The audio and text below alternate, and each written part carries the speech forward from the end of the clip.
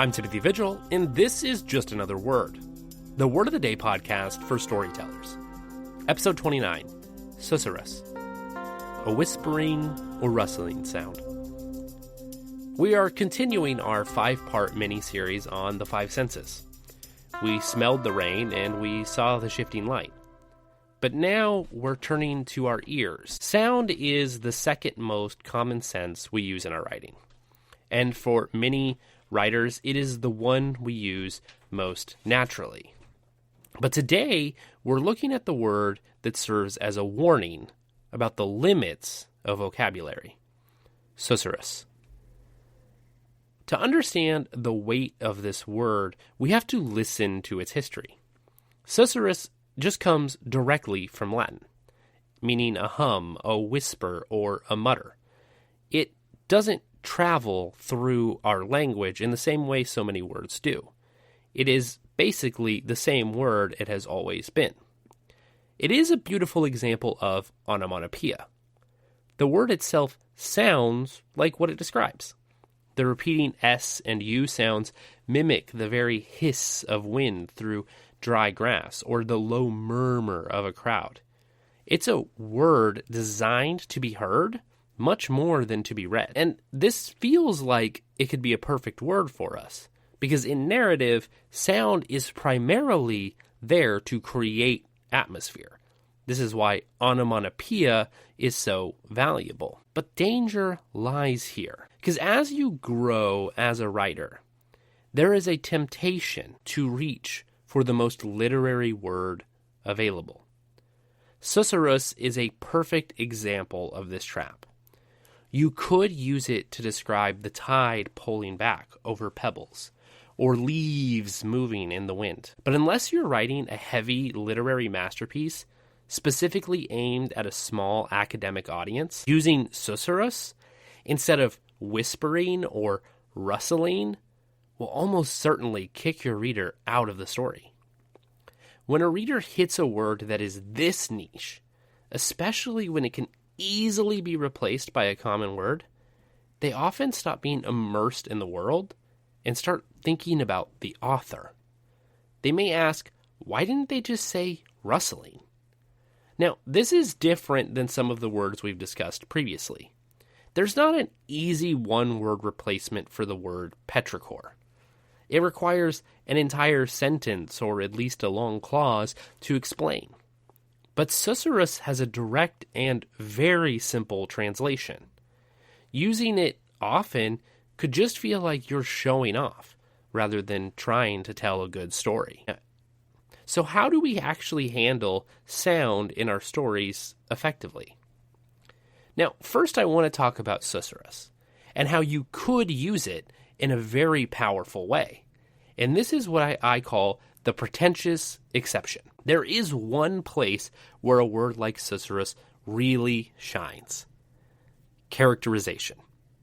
If you have a character who is intentionally pretentious, someone who wants to prove that they are the smartest person in the room, have them use Susurrus. It tells the audience exactly who they are. And it also can tell us who the other characters are. Are they exasperated? Are they frustrated? Do they just shake their heads? How liked is this pretentious character? We can see this by the way that they use words and how other people react to them.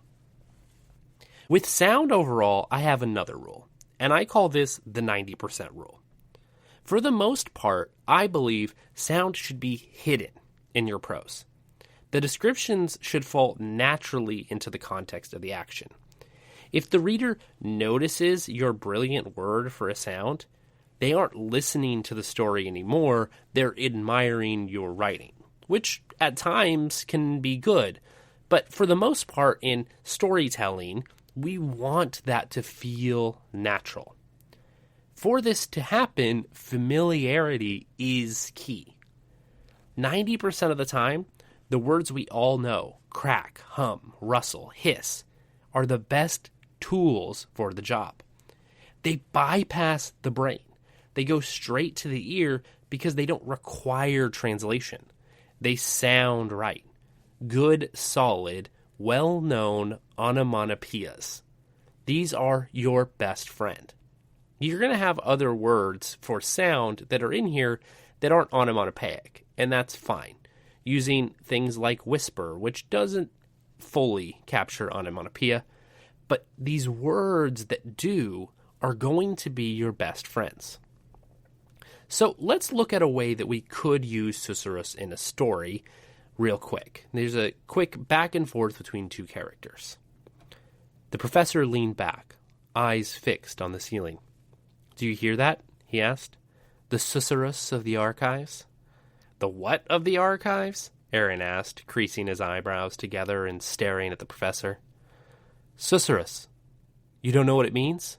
The professor shook his head, grinning. He loved showing off his vocabulary, even if it made every conversation take twice as long. "It just means rustling. But it captures the scene so much better.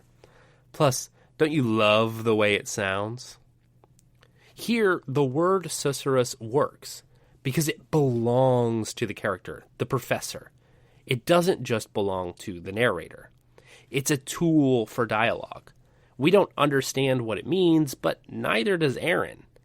We get to learn the word by the professor. We also get to learn who the professor is, and we get to learn about the relationship of Professor and Aaron. In a longer story, we would hopefully get more detail on this, and there would be growth and change in the way that these words are used. But even in a small bit like this, we can use a word like Susurrus really well. But we want to focus most of the time on ignoring these kinds of words. In the end, sound in your writing should be an invisible symphony. It should set the mood without drawing attention to itself. Susurrus is a beautiful word, but in most cases, the best whispering sound is the one the reader hears without having to look it up. Pay attention to your soundscape. Is this the great movie score in the background that is unnoticed but adds so much? Or is this a cacophony of noise that is drowning out your story? Keep it understandable, easy to follow. We have a myriad of great words to choose from for sound. Words that we all know.